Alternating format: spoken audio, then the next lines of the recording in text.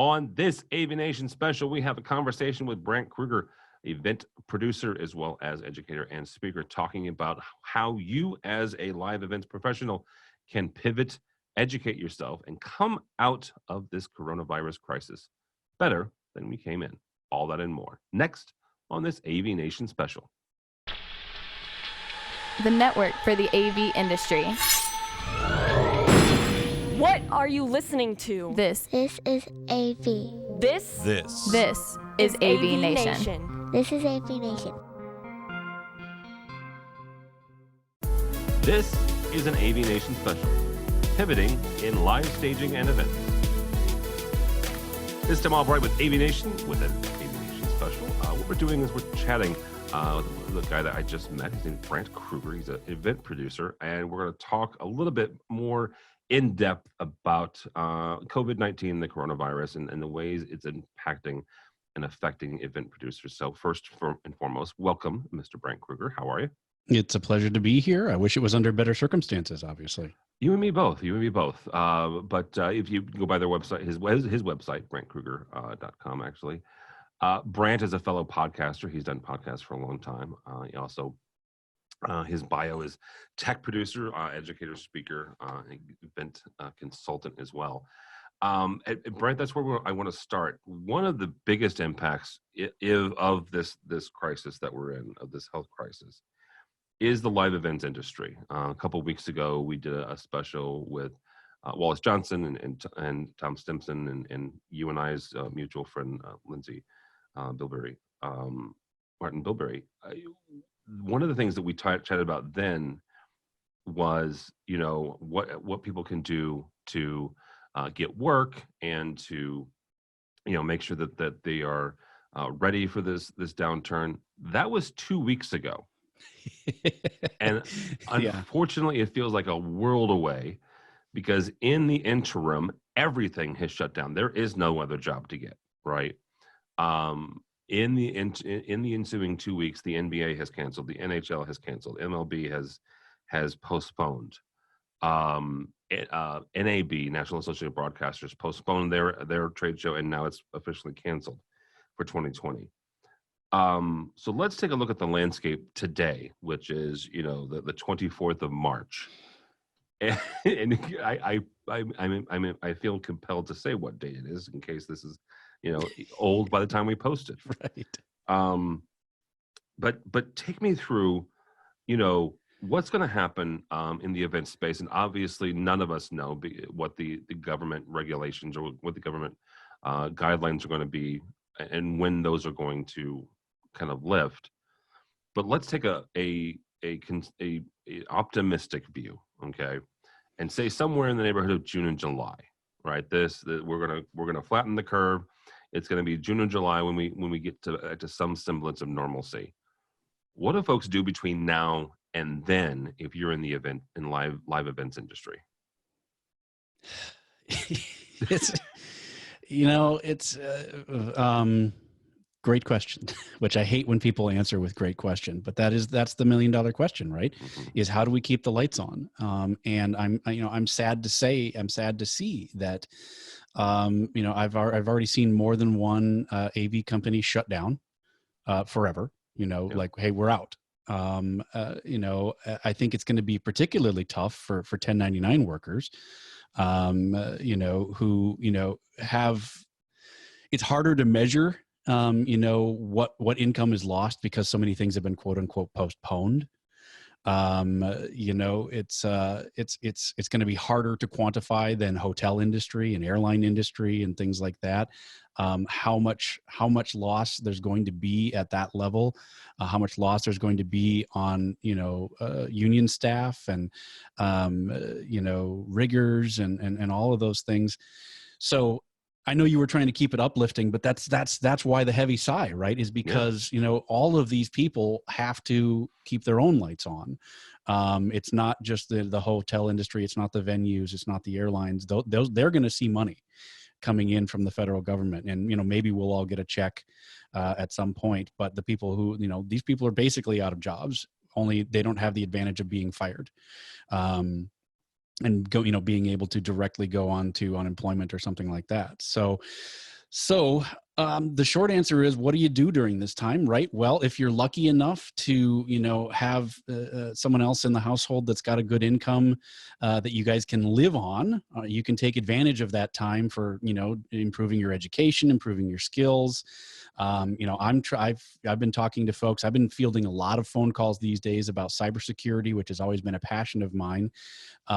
So I've committed myself to trying going back to school to a certain extent, and trying to get my basic level IT certs, so I can be more useful in that phase, in that part of the world, so that when I come out of this on the other side, I'm going to have additional skills, right, in my tool belt, that I can use as a technical person in this industry, and maybe even specialize a little bit. But I'm going to be honest, I looked at those skills and said, what's something that can be used outside this industry as well, so that when the next thing comes along, which at this point in the 20 years that I've been working in this industry, this is either the third or fourth, depending on how you count, like life-changing, industry-changing event that we've had.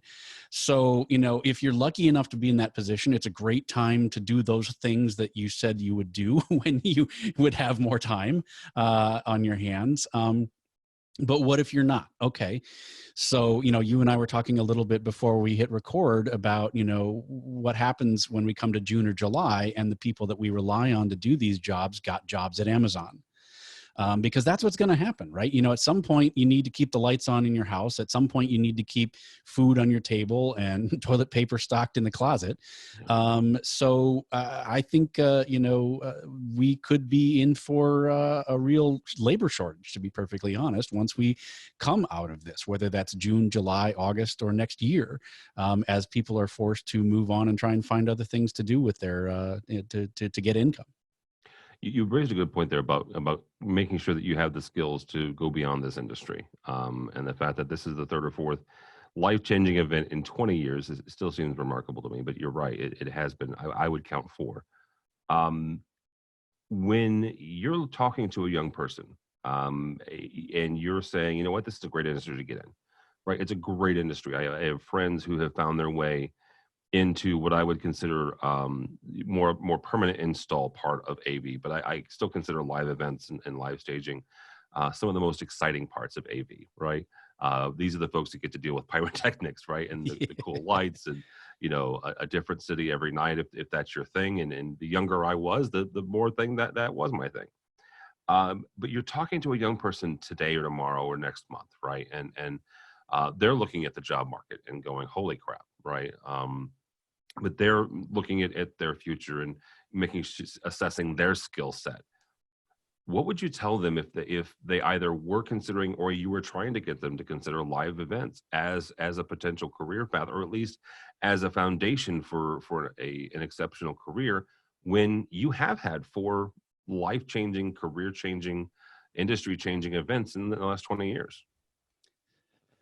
I think you almost have to look at it like the arts. Right. Okay. Yep. Yep. If you go into theater, which I was a theater major back in the day, you have to want to do it. You have to have a passion for it. You have to, there's going to be good times. There's going to be hard times. There's going to be sacrifices. I go back. I remember, I did a semester at the University of Glasgow theater department in Scotland, and the folks that were there were so dedicated, like way more dedicated to the art than the theater majors back here in the US, to the point where they would barely have anything more than rent and bread for their part, and spend everything else going and seeing shows. Wow. So every dime that they had was spent on going and seeing theater because they were so passionate about it.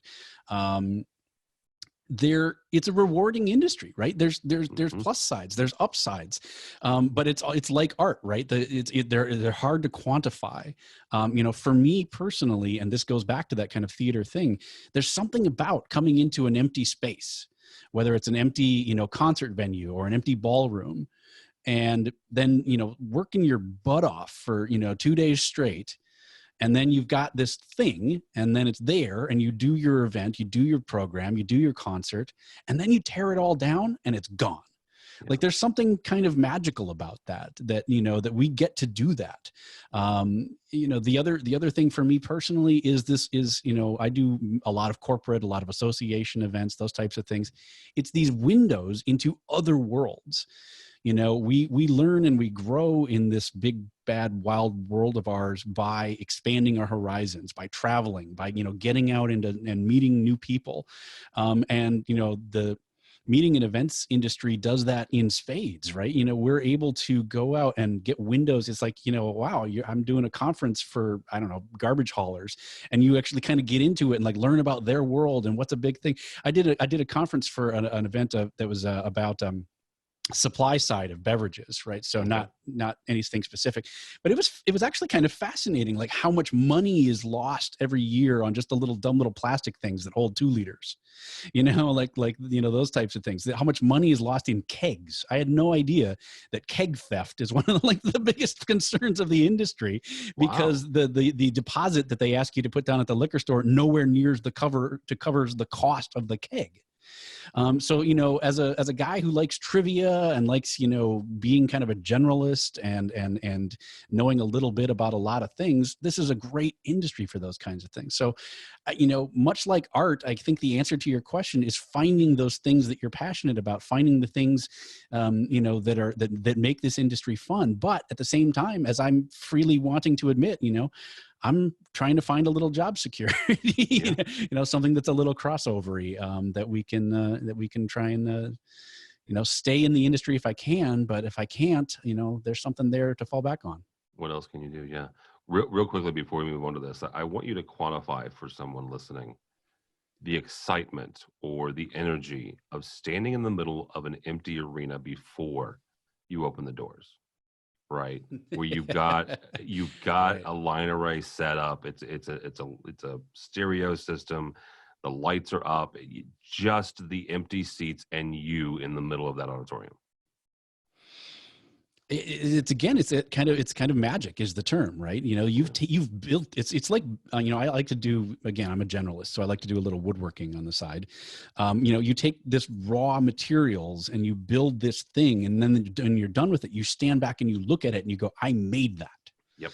And I think that's where that pride comes in, where that satisfaction, where that level of magic comes in. It's like, this was a basketball arena, and now we're going to put on this amazing show and people are going to have a fantastic time. And I made that. Yep. Well, we made that, we made that, but you do take ownership. You do. I mean, even regardless of what your job title is, or regardless of what specifically you did, you had a hand in that. Right. So you totally take ownership of that. Yeah. Yeah. So let's shift for a second and talk specifically about what you're looking at and what you're shifting to do. And that's network security. Something that I would argue 20 years ago, when you got into the event space, you would have never imagined even existing. So number one, I guess the first question is, why does it exist? Why does it have to exist today? It's, and this is part of the pivot, right? Is that a lot of, when I've done speaking on this and talked to folks about it, a lot of it revolved around, cybersecurity in live events, right? So, just dumb stuff like making sure that your, registration staff doesn't have the password for the registration platform sitting on a sticky note on the laptop, and then they walk away to lunch, But, the fact of the matter is, if I can soapbox a little bit here, is that we are, as an industry, a treasure trove of golden information for hackers. So, when Target was hacked, when Home Depot was hacked, they didn't come in through the front door. They came in through the side door. Yep. So Target, if I remember right, was they came in through like the HVAC, like an HVAC supplier, and Home Depot came in through the point of sale system. So, people are hackers aren't going through the front door of these corporations. They're going in through the side door. Well, guess what? We're the side door. So if you think about, an average in-person event, and obviously, this is, again, like I say, where the pivot's going to be, but take an average, corporate meeting where, you've got people registering, you've got flight times. If that information is exposed to someone who's into industrial espionage or something like that, you've got first name, last name, flight time, spouse name, phone number, home address, the relationships, the titles, so CEO, CFO. It would be trivial then to craft an email that looks like it's coming from a transportation company. Maybe you even know the transportation company being used for the event, and saying, Cindy Johnson, we see you and your husband are flying in on Delta Flight 1801. Looks like you're coming in at 3 p.m. We just want to verify that your car service is going to be available. If this looks right to you, just click here. They click there, and then they're owned. And so the information that we sit on as part of an industry goes well beyond just names and credit card numbers and things like that. It's that secondary information, that personally identifiable information that makes us a target. I'm honestly surprised we haven't heard more, and I can't help but wonder if some of the, we've heard some hotel hacks that came to light and then were very quietly kind of brushed away. Yeah. Whatever became of the Starwood hack, right? That was millions of customers' personally identifiable information was available to hackers. Whatever became of that, we don't really know. What happened to that information? It hasn't really been used to anybody's knowledge, but it's out there. It is. So, as we start to now pivot to, all of a sudden everybody now is running to online, right? Running to digital services. Are we practicing good health? Are we doing, how are we keeping track of those passwords? Are we accidentally leaving our Zoom meeting open to the public? Are we, accidentally, inviting everyone and their dog and publishing, okay, here's the Zoom, link, click here.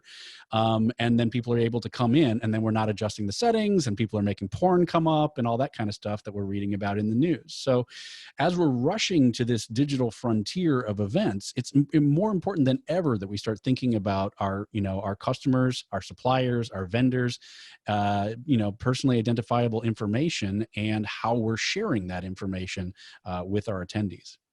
Well, not only that, but also making sure that they're aware of how we're sharing it as well, right? I mean, that's a whole nother conversation to have. And regardless of where it is in the world, and we can have a discussion about GDPR and the other regulations, but regardless of where it is in the world, it's just good. Honestly, it's just being a good steward of it is letting people know. It's like it's funny. It's funny because this, it's where we're at with the coronavirus pandemic is, it's a lot of basic stuff, right? It's wash your hands, cover your mouth when you cough. It's kind of the same thing with cybersecurity, right? Right? It's don't click on links. Don't share passwords, make sure that you're being a good steward of the information, and make sure that you're being a good net citizen, just like we are in person. Absolutely.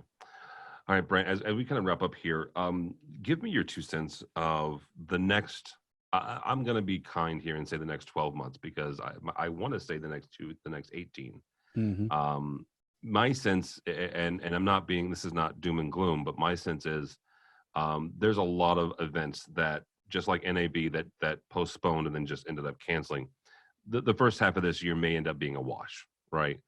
And so what very well could happen is, and what is hopefully, we'll rebuild during the summer, hit the ground running, and holy cow, none of us will see our significant others nor our children or pets between June and July and Christmas time.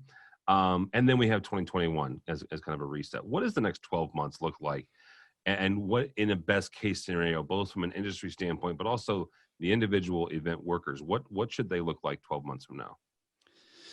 I think we have to look to the past, right, to know about the future. And if we look back to these other industry changing events, so 9/11, the 2008 recession, as I said, I was doing a lot of corporate and association work. So the AIG scandals were one of my 4.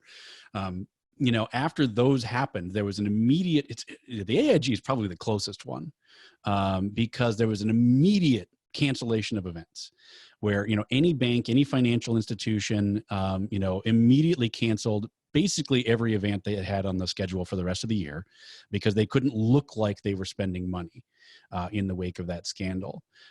They took on a whole lot of fees, a whole lot of penalties, but the problem was that continued on for the entire next year, because they canceled all of those budgets. you start setting your budgets for the next year, August, September, October, right? Yeah. That time. So my concern, again, trying not to be doom and gloom, but just looking at the past, is that let's say we get into June and July and things are starting to loosen up a little bit, but we're struggling, and some things got canceled, some things are postponed. You start looking at that, I find it hard to believe that companies are going to go, we want to spend more on events. Given, people are going to be skittish. People are going to be a little scared still. We're a solid 6 months out from a vaccine, I think, so one, I don't think we'll be fully up and running again between now and then. Two, once we get into those budget setting times, I find it highly unlikely that they're going to increase their budgets. They're going to be the same or they're going to be less, which means all of 2021 is going to also be a dramatic throttle back in the meetings and events and special events industries. I just really want to hope that that's not the case, but again, based on the past, that's what I fear is going to be the case, is that this is going to be it's going to be a solid year plus before we start to see things start to bounce back. So again, though, what happened, right? So what happens to all those people? Like you say, a lot of them move on, a lot of them find jobs elsewhere. Some people come back, some people don't, and then you've got kind of a new batch of folks coming into the industry as the money starts to come back, just like we have since 2008. So it'll build itself back up again, but we're going to lose some folks along the way. No, absolutely, and those folks that do stick around, like you said earlier, make sure that you are expanding your skill set and looking out to ways you can build on what that will apply not only to the live events, but also outside the industry. Absolutely. And we know that that we can't come out of the other end of this and not have digital be, further ahead in the conversation, right? It's too many events are going to say, well, that worked well. that actually worked really well. Why were we spending so much money and doing all the other things? So there's going to be some of that as well. So the more that we can pivot our education and pivot our mindsets to including the remote audiences, including kind of the virtual events, I think at some point they're going to kind of come into parity. That that'll be just the landscape of events. Is some of them are virtual, some of them are digital, some of them are in person, and we're all going to have to be able to work cross discipline. I think obviously there's going to be specialties just like there are now. The differences between kind of rock star level production companies versus corporate event production companies versus those kinds of things.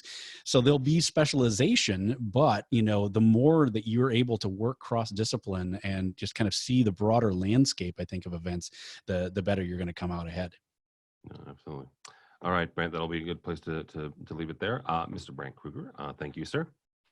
It is my pleasure again. It's again, wish it was happier times, but all we can do is keep putting one foot in front of the other and keep propping each other up, right? Absolutely. Keep propping each other up, keep helping each other and pointing each other in the right direction.